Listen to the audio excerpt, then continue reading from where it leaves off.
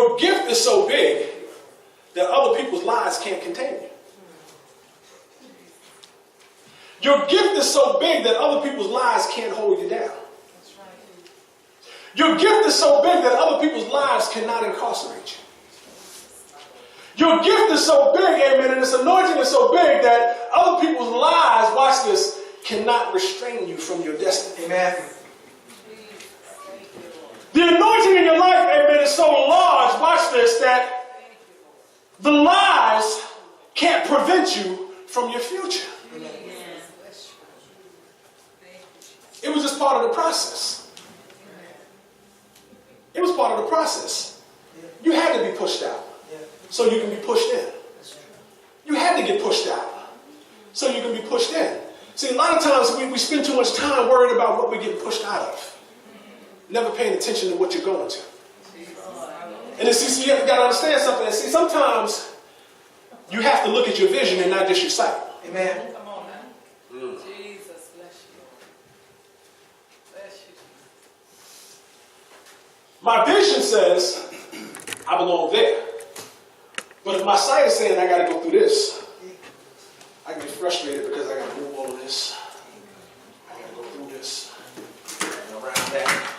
And I got to step over here. And I got to go through all of this.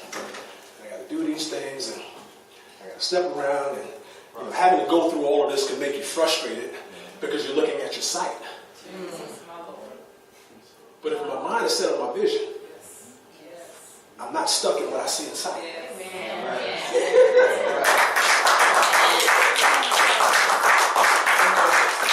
So the sight says that, man, I gotta go through this too.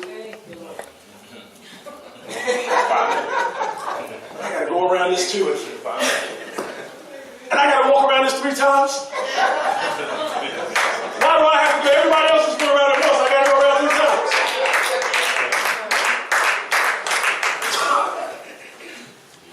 You're going around this thing because God is probably tearing something down as a result of your presence. Amen.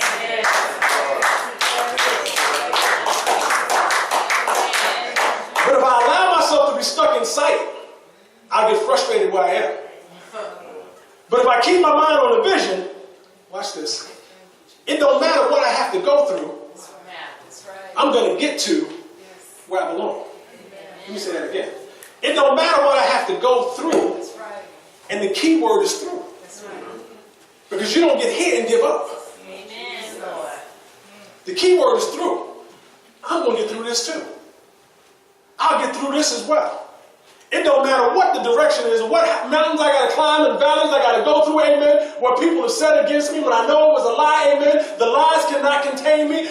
My family cannot restrain me, amen. That the things that have tried to stop me from my destiny, amen. Because God, amen, has placed a vision in me, amen. Is the order to increase, and the order of increase will order me to continue to move to my destiny.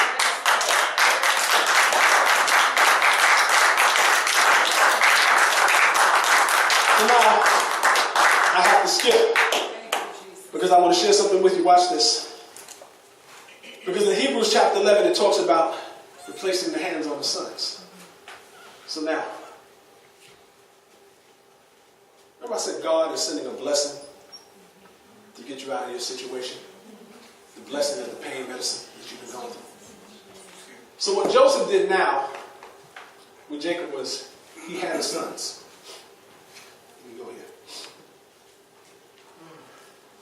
Verse 8, it says this. Sorry, Genesis chapter 48 and verse 8. Turn me there. Genesis 48 and verse 8.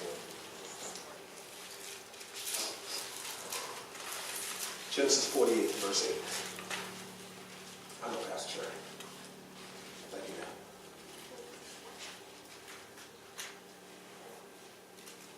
She bothers me about my nose, y'all. But it's good. She loves me. Amen. So watch this. Verse 48 and verse 8, it says this. Genesis chapter 48 and verse 8, it says this. And Israel beheld Joseph's sons. Wow. So the Bible don't even refer to him as Jacob anymore. It refers to him as Israel. The Bible doesn't refer to him as the supplanter anymore. It talks about him in terms of the nation now. It doesn't talk about him being a trickster anymore. It talks about him now bringing forth a nation.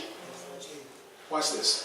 And Israel beheld Joseph's sons and said, who are these? And Joseph said unto his father, these are my sons whom God hath given me in this place, meaning in Egypt. And he said, bring them, I pray thee, unto me, and I will bless them. Now the eyes of Israel were dim for age, so that he could not see. And he brought them near unto him, and kissed them, and embraced them. And Israel said unto Joseph, I had not thought to see thy face, and lo, God hath shown me thy seed. Listen to the depth of that. Jacob thought he lost Joseph, and in his heart, he let go of the vision that God showed him. My Lord. My Lord. Jesus. Let me share with you what he's saying. Son, I didn't think I would ever see you again. But not only do I see you, I see your future. Let me say that again. I didn't think I'd ever see you again. But not only do I see you, I see your future. Wow. I didn't think I would ever behold your presence again. Because your brothers told me you were killed by the lions while you were bringing them food. And while he knew that was a lie, he could not prove it. He said, I didn't think I would ever see you again. Let me help you with that. Some of y'all have given up on your vision. And you felt like, I didn't think I would ever see this addition in my life again. I didn't think I would see what God added in my life again. See, some of y'all have lost some things along the way. And because you lost some things along the way, you thought it was going forever. I didn't think that I would see this addition. But not only do I see my addition once again, I see my increase. See, some of y'all have let go of your vision. But God has not let go of the vision he placed in you. Some of you let go of the vision. You let go of the vision for so long that you thought it was over, and you didn't ever think you would see that addition into your life again. But God not only just revealing your addition to you again, God is showing you the addition that brought forth an increase. Somebody may give God glory. See, Sister Stephen, See, you thought that you would never see this add-on to your life again. And God is just not showing you the addition. God is not showing you the increase in the addition. Y'all still with me? Lord, can I get 5 more minutes? Glory to God. So he says this, he said, and Israel said to Joseph, I had not thought that to see thy face. And lo, God has shown me also thy seed. And Joseph brought them out from between his knees. Watch this. And he bowed himself with his face to the earth. And Joseph took them both, Ephraim and his right hand, toward Israel's left hand. And Manasseh in his left hand, toward Israel's right hand. So what that looks like is this.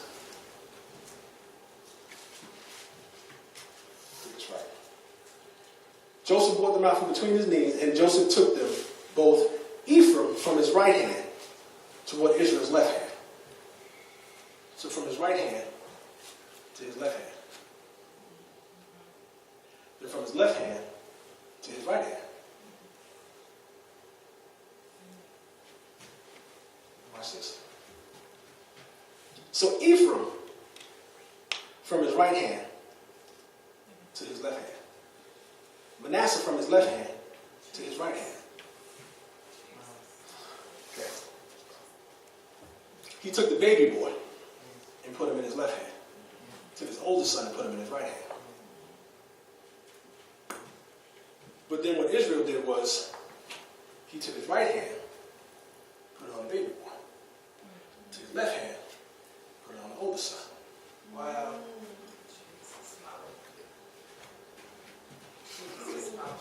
Just put your hands down, but y'all hold on to that for a second. Watch this. And Joseph took them both, Ephraim in his right hand toward Israel's left hand, and Manasseh in his left hand toward Israel's right hand. Watch this. And brought them both near to him. And Israel stretched out his right hand and laid it upon Ephraim's head, who was the younger, and the left hand upon Manasseh's head, guiding his hands wittingly on, son. Why was there any significance? Here's why. The right hand represents the hand of power. Yeah. That's right. That's right. The right hand represents the hand of grace. Amen. The right hand represents a hand of order. So now watch this. Even Joseph's name is rooted in the number 5, grace. His name is rooted in the number 5, grace. So now watch this. Why was it important that he blessed Ephraim over Manasseh? Manasseh's name means God has caused me to forget my pain or my toil. The name Ephraim means God has caused me to be fruitful. But deeper than being fruitful, watch this, his name means to pasture, to fruit, double blessing. So he was not just a piece of fruit, he was perpetual increase. Jesus. So he took his right hand and blessed the perpetual increase, then his left hand and blessed the forgetting of pain. Watch this. Why was it necessary to put the blessing before the forgetting of pain? Because you're not supposed to spend a whole lot of time remembering to forget about your pain. Amen. Amen. Amen. Your blessings will always supersede your pain. And the way God does it is he blesses you out of your pain.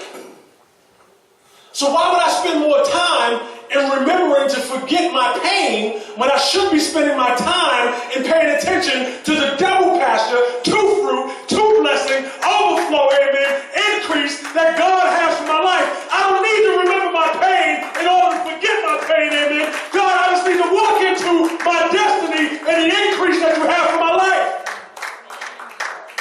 Thank you, Lord. Thank you, Lord.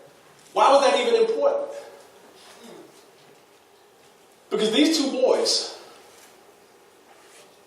were so intertwined with each other that when they came out of Egypt, they were the only two, and while they had two nations in them, because he says it here, he said Manasseh is going to have a great people. He said, but Ephraim will be greater. And I'm not talking about the order of siblings. I'm talking about the blessings in their lives. That's right. Jesus. Watch this. But see, sometimes people get caught in the order and say, well, I'm the youngest, I'm better than you. No, I'm not talking about that. No, that's not true. I'm not talking about it. God put his right hand on the blessing and his left hand on the pain. Because the pain has been going so long, you should not remember that. Amen. Because the blessing overtakes you that much.